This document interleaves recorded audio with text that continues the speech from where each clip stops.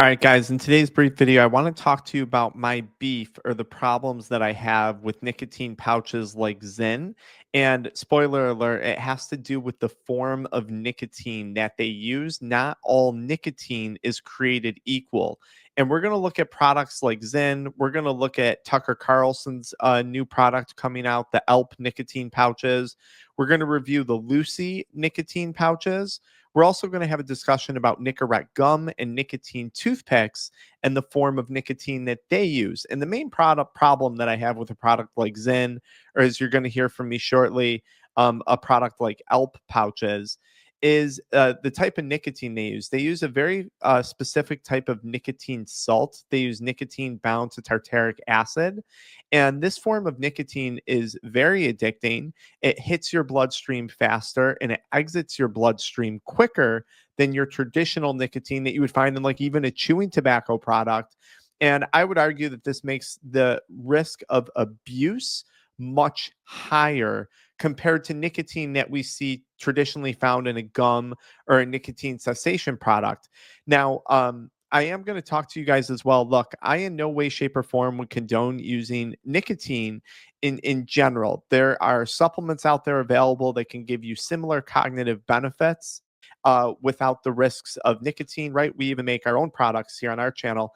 I'll talk about that a little bit at the end of this, though. And I'm going to talk about the general risks of nicotine at the end. But let's get into this. So let's talk about ZYN specifically first. So when it comes to ZYN, we're on their website here, and there's two things I want you to pay attention to. So first is the type of nicotine that ZYN uses. It's nicotine bitartrate dihydrate, okay? And this is this type of nicotine salt. This is the same type of nicotine salt that you find in Tucker Carlson's ALP pouches. Based on what I see here, it looks like he's using nicotine, and then you see this tartaric acid. That's the same thing as this nicotine bitartrate dehydrate, okay?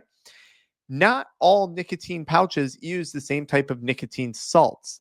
ZYN is one of the few that I see use this form of nicotine. Now, compare that to a product like Lucy pouches, okay? And here we are on their website, and they use pure nicotine extracted from tobacco in the form of nicotine polacrylex, Polacrylex. So, what's the difference between nicotine polacrylex and this nicotine salt, nicotine tartaric acid that we see in ALP and ZYN pouches? How do these differ? Well, let's pull this up real quick. Okay, I got a little sheet of paper with a little chart on it that will explain it. So if we look here, here's what they use in ZYN. So ZYN is the one in blue. This is Lucy pouches, which is found in yellow. Okay. And I want to show you guys this too real quick. So when you're looking at like nicotine gums, Nicorettes, they're using nicotine polacrylex. So I also want to point out this is the type of nicotine that has been studied for a very long time with regard to nicotine replacement therapy products and smoking and vaping cessation products, things to help you quit. This has not been the case. It has not been this type of nicotine. And that's for good reason. So, right, if I want to create a really addicting product, what type of nicotine would I use? That's the question. I would use nicotine tartaric acid. So this is nicotine plus tartaric acid. Nicotine polacrylex is nicotine bound to ion exchange resin. This one, the ZYN nicotine, is highly water soluble. The nicotine polacrylex found in Lucy pouches or Nicorette gum, this one is designed for it's less water soluble, designed for a sustained, slower release. The absorption of tartaric acid is faster, so it hits you stronger. It's a stronger hit. Nicotine polacrylex is a more slow, controlled release. Now, here's the thing. Because of this faster absorption, the point at which it reaches its peak or its excretion is also quicker, which means this is going to keep you fiending a lot more. A product like ZYN is going to have you fiending a lot more than a product like this. It's safe to say, okay? Now, you usually see nicotine tartaric acid, which is what's found in ZYN and what's also appears to be found in ALP pouches, used in inhalers, lozenges, and in medical applications. Gum Smoking cessation aids, loosey nicotine pouches, they use nicotine proacrylics, which has been traditionally used to help people quit. This is important because you have so many people who are using products like ZYN to quit vaping, ZYN to quit smoking, which people are successfully doing, but then they're finding it's super hard to get off of the ZYN products. And this is why it's because of this type of nicotine that they're using here. It's a quick nicotine delivery versus a gradual slow nicotine effect. The risk of misuse is rated to be higher among nicotine tartaric acid than it is to nicotine polyacrylics because this is a lower, slower release, right? If something's releasing really quickly and you're getting that peak hit quickly, you're going to be coming back for more and more often, right? It's like a more potent drug. The polyacrylics, nicotine's still potent, but not as fast hitting, not as rapid onset. So it's going to stay in your system a little bit more. It's going to give you that controlled release, leaving the user wanting not so much of it throughout the day, not needing it as frequently, okay?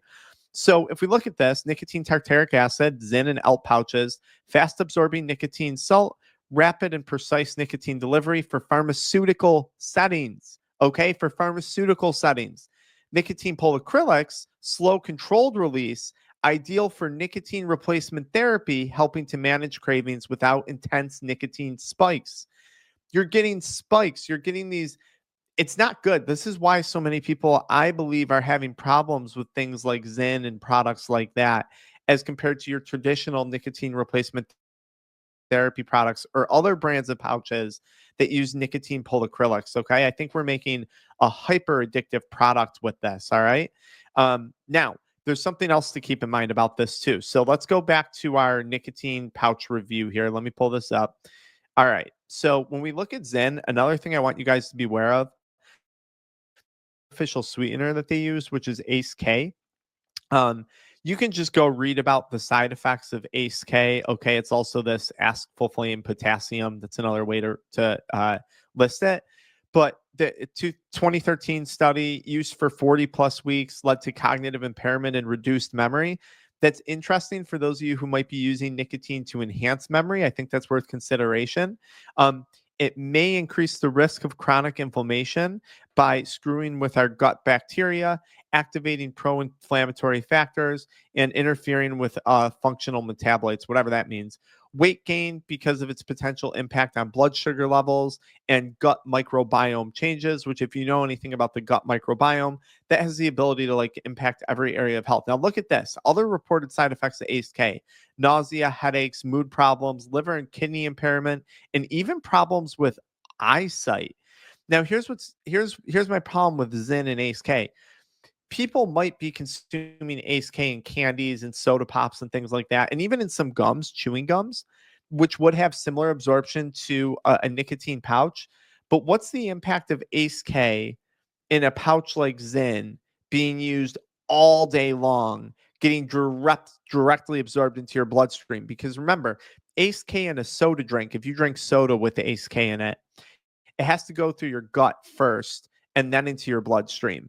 In this case, you're getting Ace K directly inserted into your bloodstream because of the mode of delivery through the pouch. It's not getting broken down in the liver and the kidneys and the gut first. So, good or bad, I don't know. Now, I think this also makes it hyper addicting, right? These things are super sweet, and food companies, right? I mean, they deeply understand how to make food addicting with these hyper sweet tastes, and one way to do that is with these artificial sweeteners. So that's another beef that I have with ZYN. Now on ZYN, I have another problem.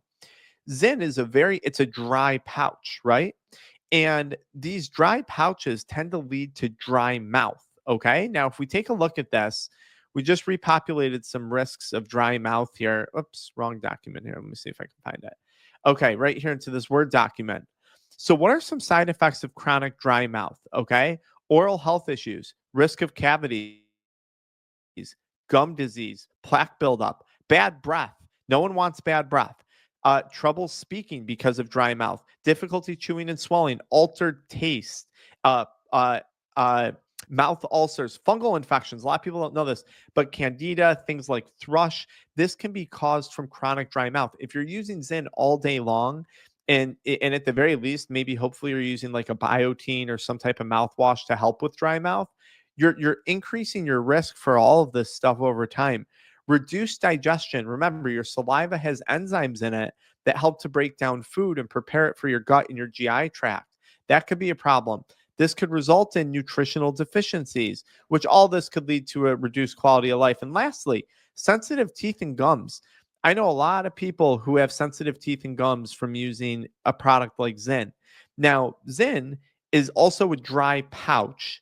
It results in dry mouth, and I have a feeling that's because of the type of nicotine that they use, but I don't know for sure what causes the dry mouth in ZYN.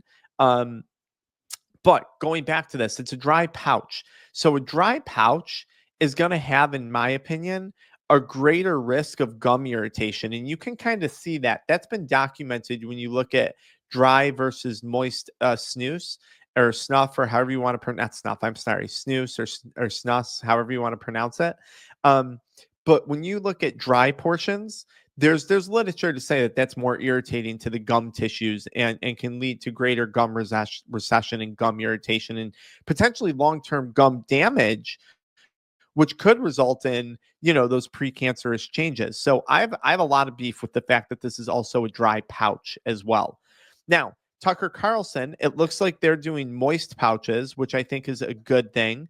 It looks like he's going more along the lines of your Lucy pouches, which are also a moist pouch. They're not a dry pouch like ZYN. Tucker also, it looks like, is using sucralose and xylitol as the sweeteners. Now, look, I make chewing gum products, Kick It, Crave Less chewing gum to help people quit. Nicotine free. We got N-acetylcysteine and KSM 66 ashwagandha. It's designed to give you the benefits of nicotine without the negatives and help you quit at the same time as chewing it. Okay. We use sucralose in here. Okay. I'm almost positive. Yeah, we got xylitol in here as well, too. Still artificial sweeteners. You could still find complaints about these sweeteners, okay?